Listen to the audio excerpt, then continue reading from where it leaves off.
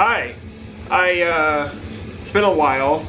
It's not been a while since I filmed one of these videos. I actually filmed one of these like a few days ago, and while I went to edit it, it was just a mess. So here we are again. I'm gonna redo it. I'm gonna talk about the same shit. Life has been super weird for me lately. Very busy, kind of lots of curveballs and shit. But you know, all in all, I'm still breathing, so I could be better. Whatever. I'm not gonna talk about any of it. I'd rather just get into this. Here's what we're listening to in the background.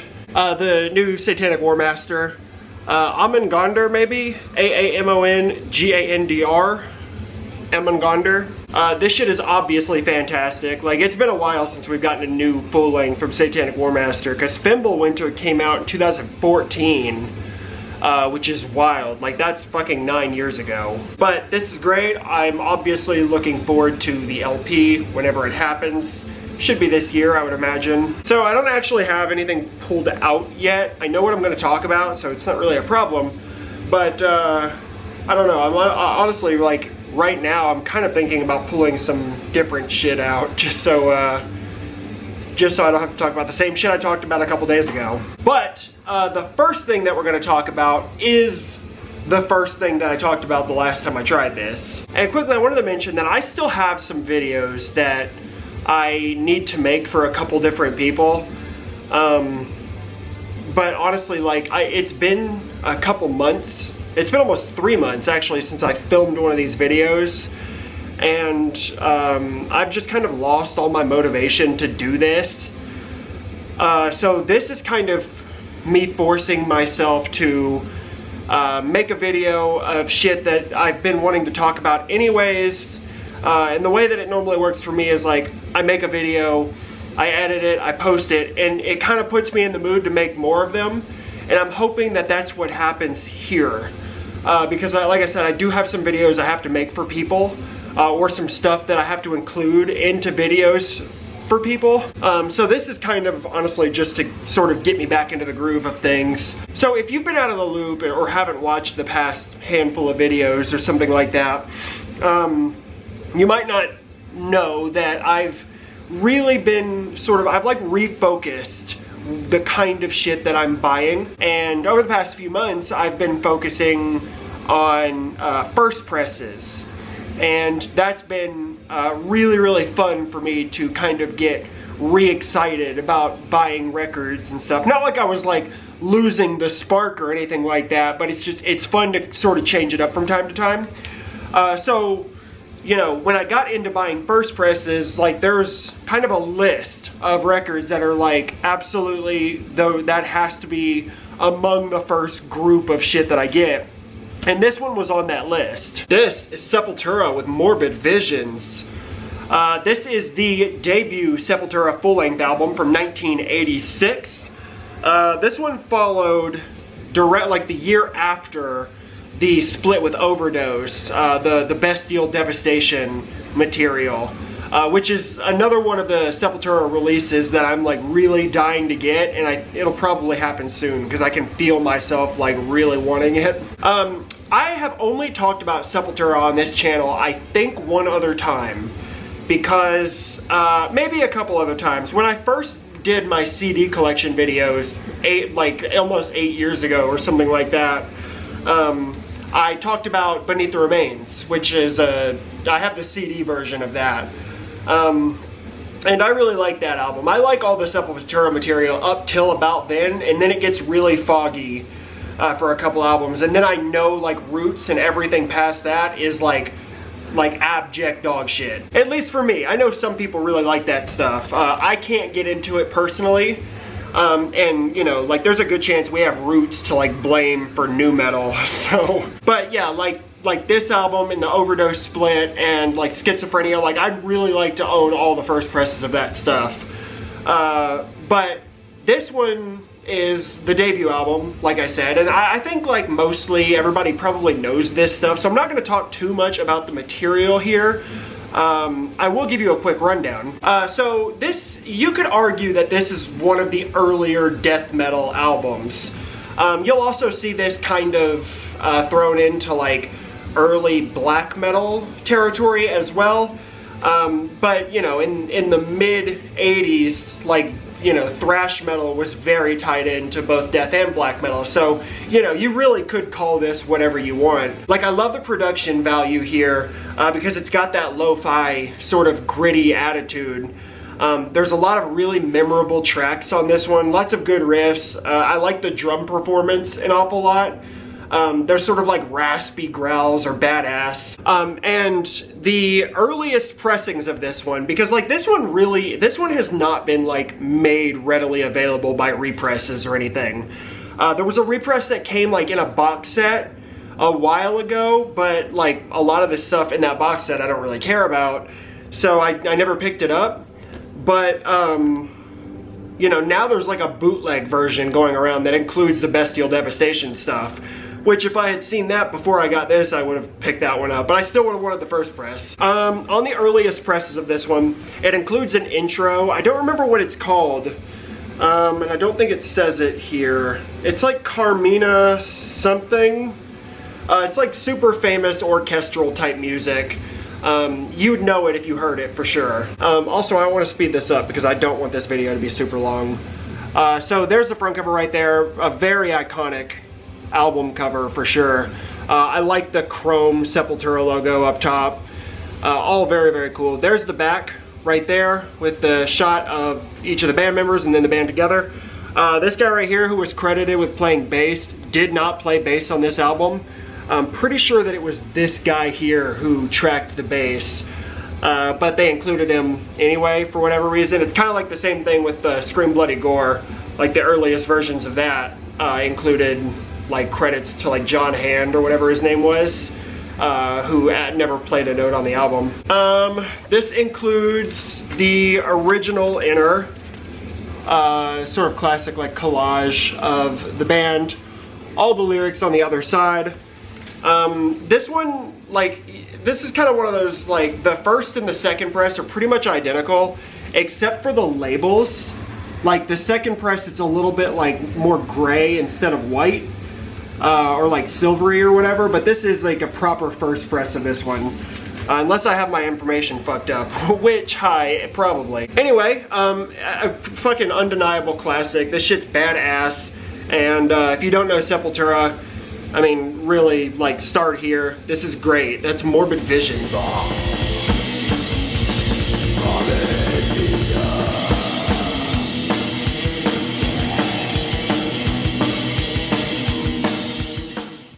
Moving on, this is actually another thrash metal album from 1986. This is a band from Switzerland that I've never talked about on this channel.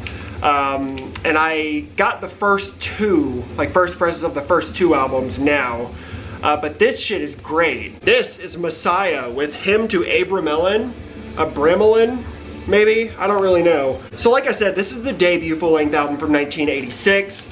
This band formed only a couple years before this album came out, but I know they had a few demos the year before this one. And like I said, I have this, and I have the first press of Extreme Cold Weather as well. The fucking album cover with the polar bear on it.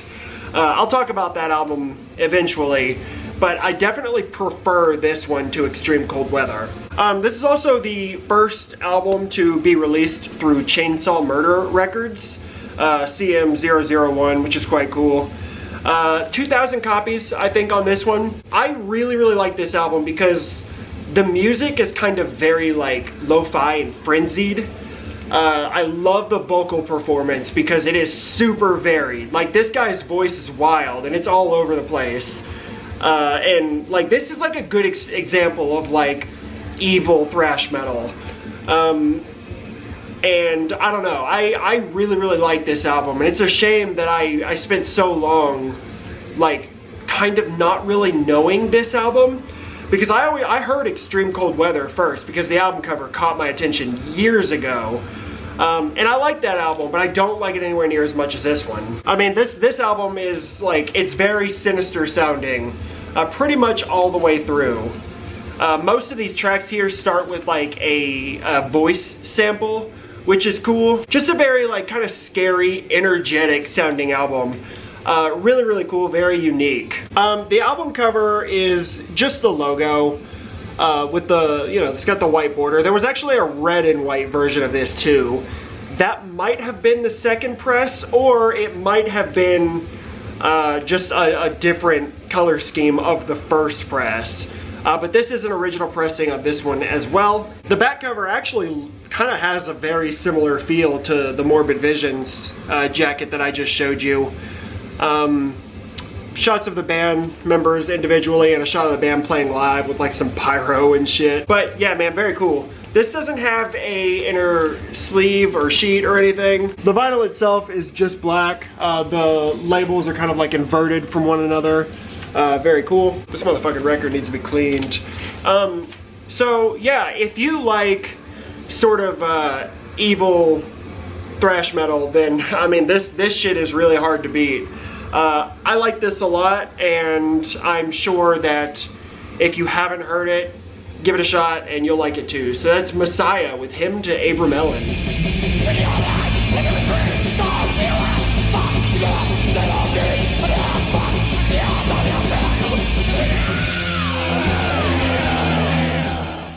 Alright, we're gonna move into like newer territory for a minute. This is it was recorded over a decade ago, about 13 years ago or something now.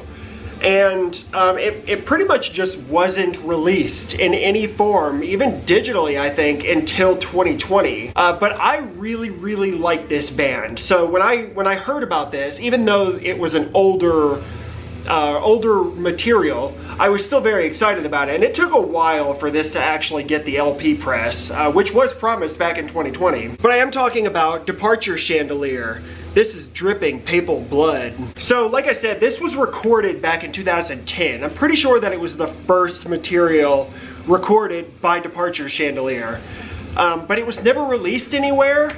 I don't know if the material was totally just unheard before it was put up on Bandcamp or whatever. Yeah, back in 2020, Nuclear War Now said that there would be a vinyl press. And I'd just been waiting, you know, for years. And then at the end of last year, they put up copies of the 10-inch, which the 10-inch, according to Nuclear War Now, is a one-off. It won't be repressed on 10-inch vinyl. But you can actually go to Nuclear War Now right now, and there's like 12-inch versions, which I was tempted by, because I don't pull out 10-inch records too often. I think I'm gonna just stick with this for now, because there will probably be a bunch of represses of the 12-inch vinyl. So if I decide down the line that I want one, I'll get one. So this is 4 tracks in total, but there's really only like 2 songs that are kind of bookended with an intro and an outro. Much like all the Departure Chandelier stuff, the music, like the riffs, are very hypnotic. The music is very like slow to mid-paced. I love the super croaky vocals. Departure Chandelier is quite good at creating like a sort of scary sounding atmosphere. But, you know, including like enough melodies and like even like synth work and stuff that really sort of elevates it for me. I like the album cover a lot. I couldn't tell you like which Pope that is or anything, but probably wouldn't be too hard to figure out. But yeah, very glossy cover. Departure Chandelier does not have a logo that I enjoy very much, but whatever. I like the album cover regardless. There's the back cover right there. It all looks kind of like regal, you know, which makes sense. So I like this here at the bottom. I'll read it to you. It says, "Avert. In receiving this host and worshiping this servant, you, punctured doves, have unwillingly participated in the creation of anti-clerical governments, beatified prisoners into saints, and molested papal infallibility. Hail the Spirit." Yeah, very cool. So, like I said, put out through Nuclear War Now. I like the insert on this one as well. The bricks of this cell, dripping papal blood. Very, very cool. There's the back right there. You got the lyrics for the 2 tracks. This does include a poster, which is kind of silly. Huge Departure Chandelier logo, dripping papal blood, and you got that guy hanging out in a cemetery. So Nuclear War Now, as you probably know, kind of does like the colored vinyl. A lot of the time it's like the first 80 or 100 orders will include the colored vinyl, and then it's black from then on. I'd been keeping an eye out, so I managed to get a copy of the Jade vinyl, which was limited to 80 copies. So if you like scary, hypnotic black metal, Departure Chandelier is kind of hard to dislike, so definitely give that a shot. That's dripping papal blood.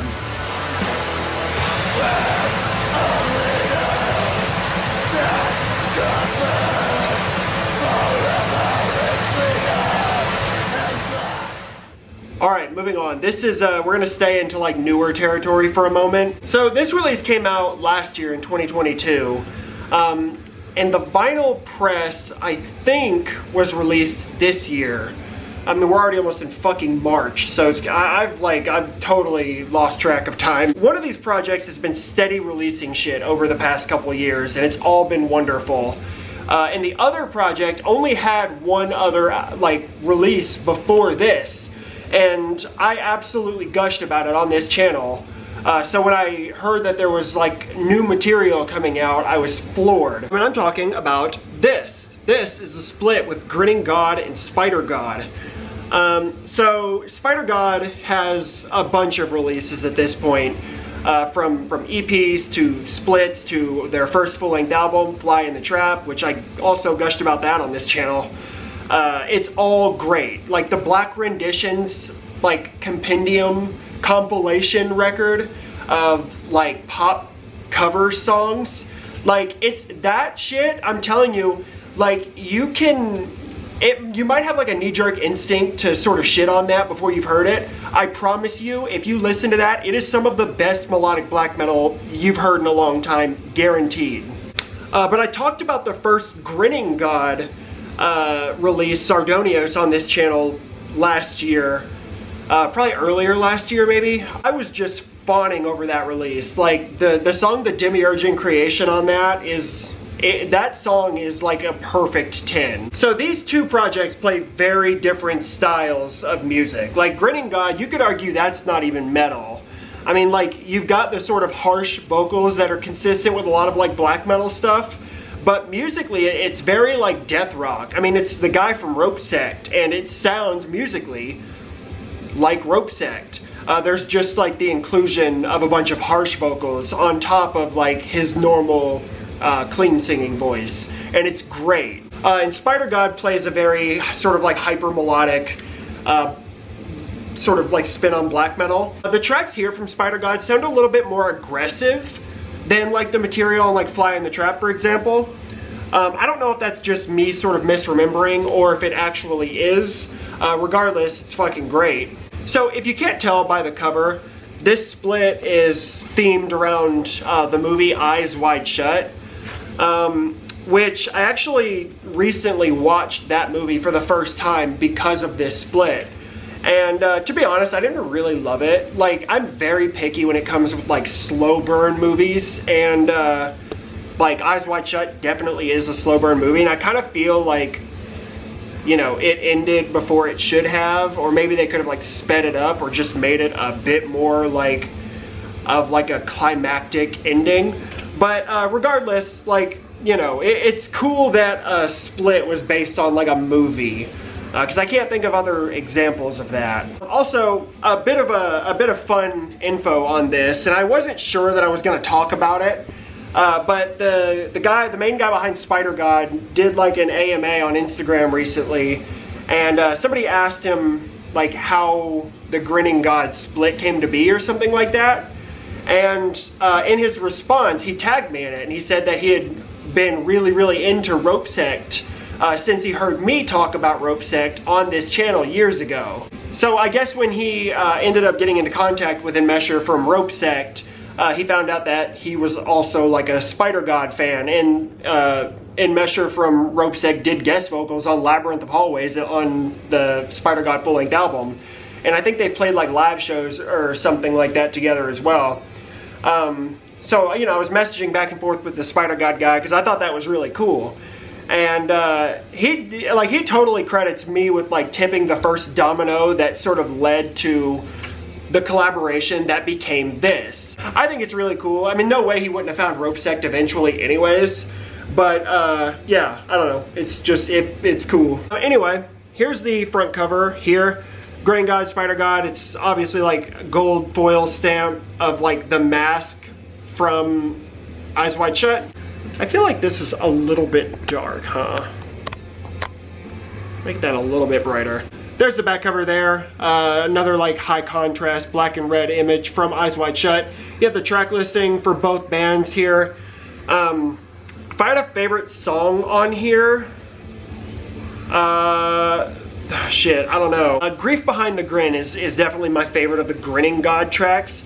Of the Spider God tracks, fuck, it's either Blind Piano Player or Milich's Daughter. Probably Milich's Daughter. I'm gonna go with that. This was put out through Phantom Lore, which, I mean, Phantom Lore has been just like on white hot fire lately. Like the vinyl presses of everything has been really, really nice.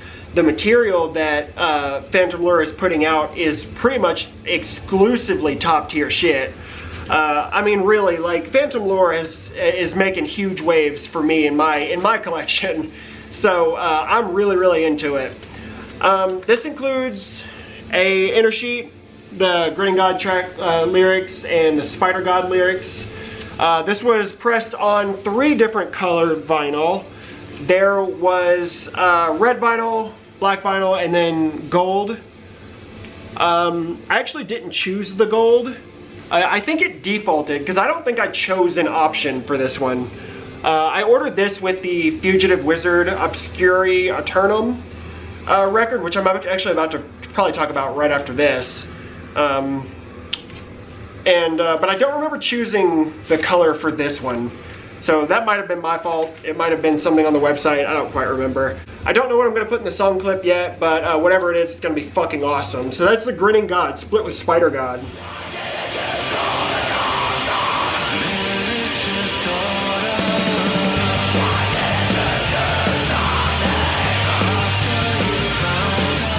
Alright, so I just said I was going to talk about Fugitive Wizard, but I'm going to talk about this first.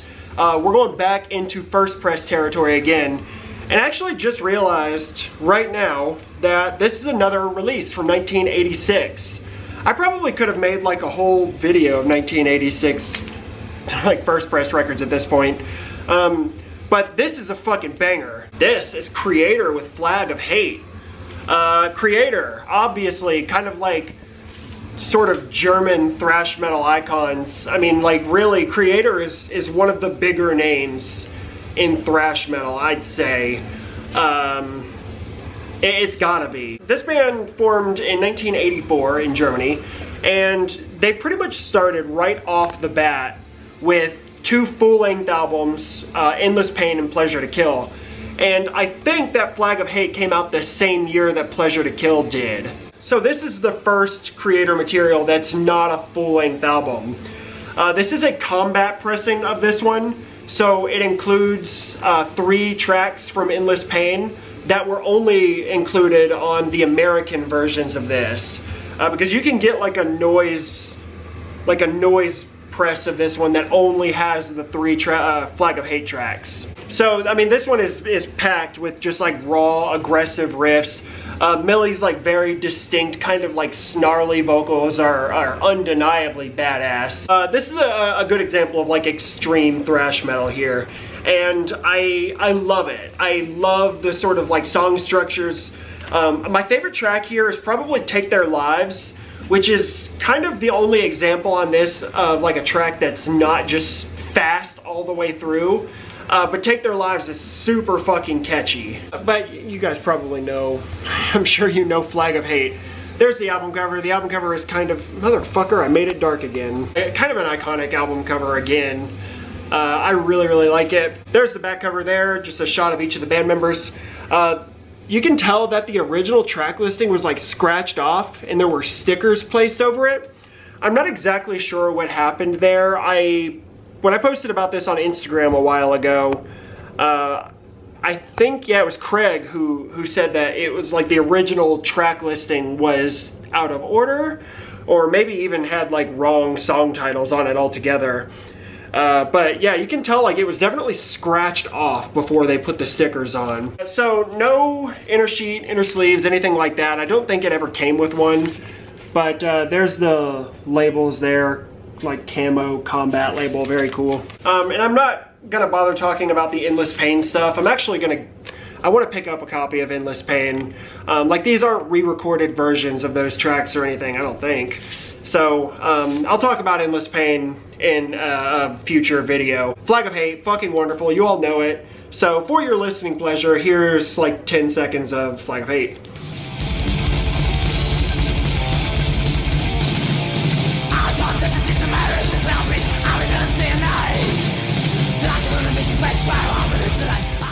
Alright, now we're going to talk for a minute about Fugitive Wizard. This is Obscura Eternum. I never have to adjust the fucking brightness this often. I don't know what's going on. So, Fugitive Wizard is a US-based black metal project that has kind of made a name for itself through like the Grindstone Records realm. And this is the first full-length album from Fugitive Wizard, following kind of like a series of 4 EPs that fell under like, they were called like Extoris Magus 1 through 4, like chapter 1 through 4 or something like that. And then the debut full-length album Obscura Eternum came out.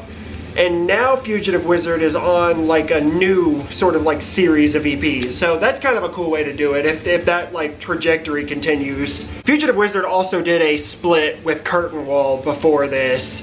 I think between the 3rd and 4th Extoris Magus release, maybe.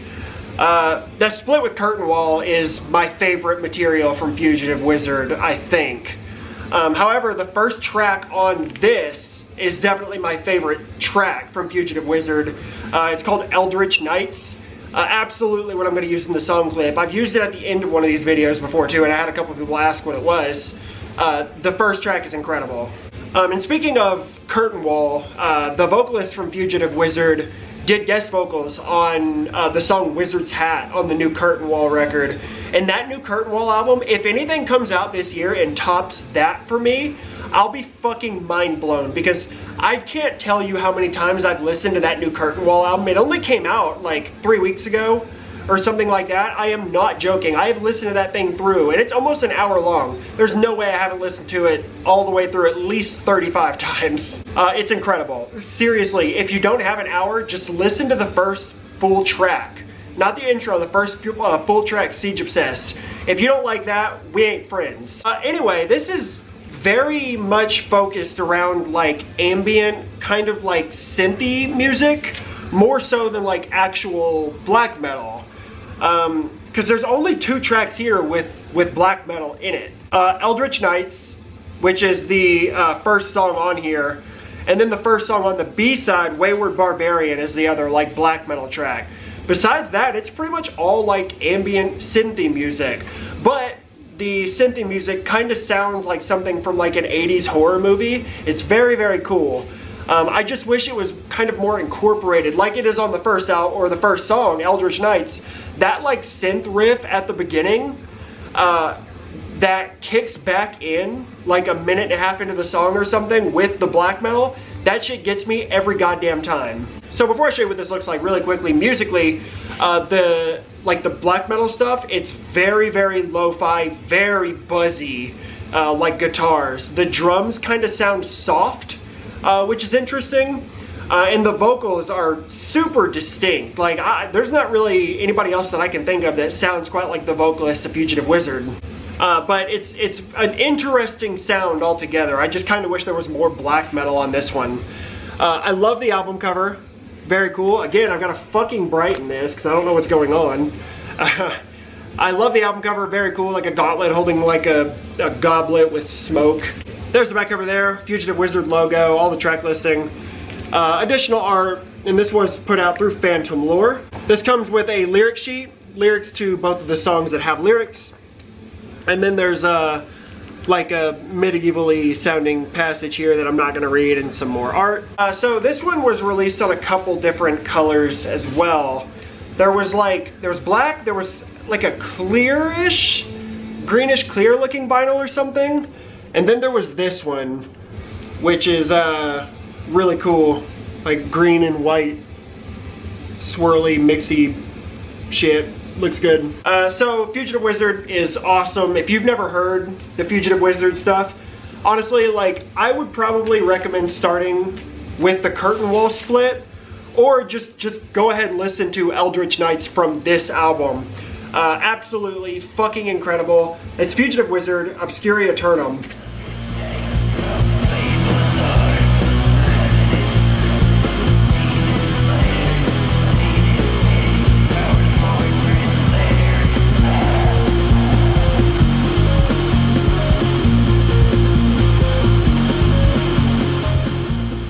Alright, let's finish this off. I always record these videos in auto mode, so the brightness kind of adjusts, and that's why it wasn't in auto mode.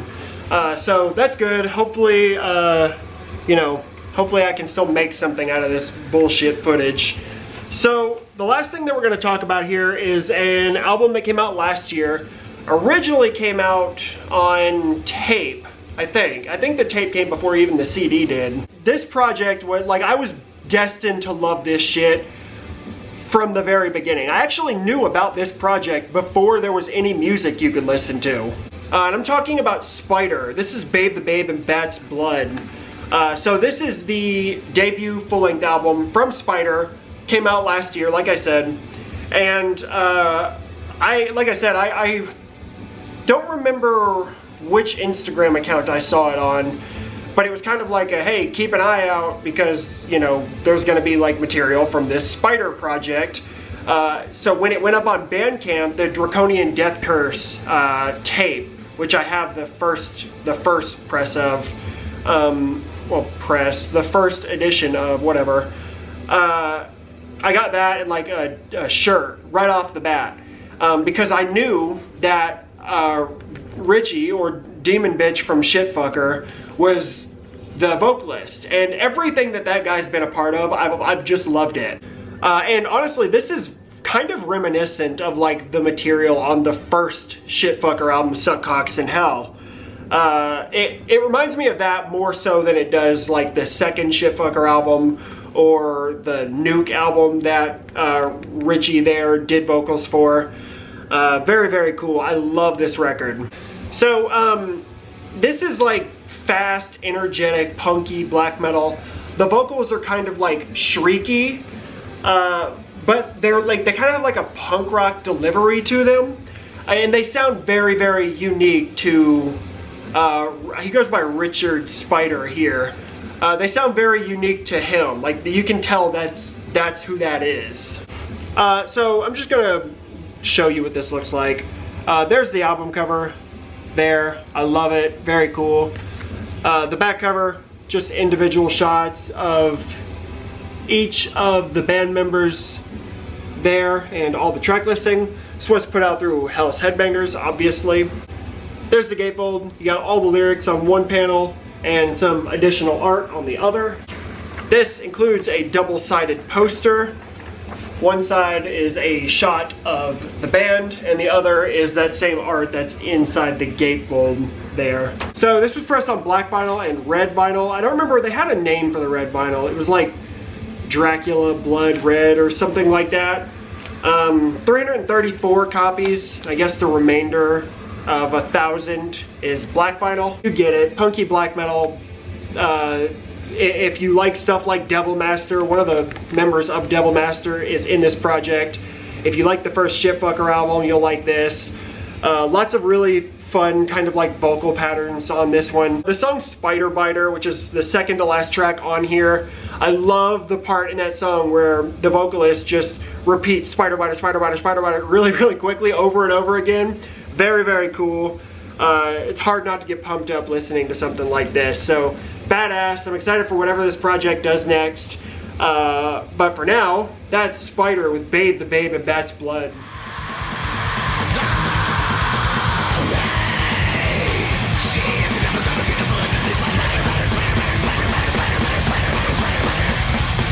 And that's it, man. That's another one done. I am hopefully going to get this edited sooner rather than later because it's already been like 2.5 months since I put anything up. And I know once I put it up, I'll kind of get a bit of that spark back. So Thank you for sticking around, and till next time, talk soon. Later.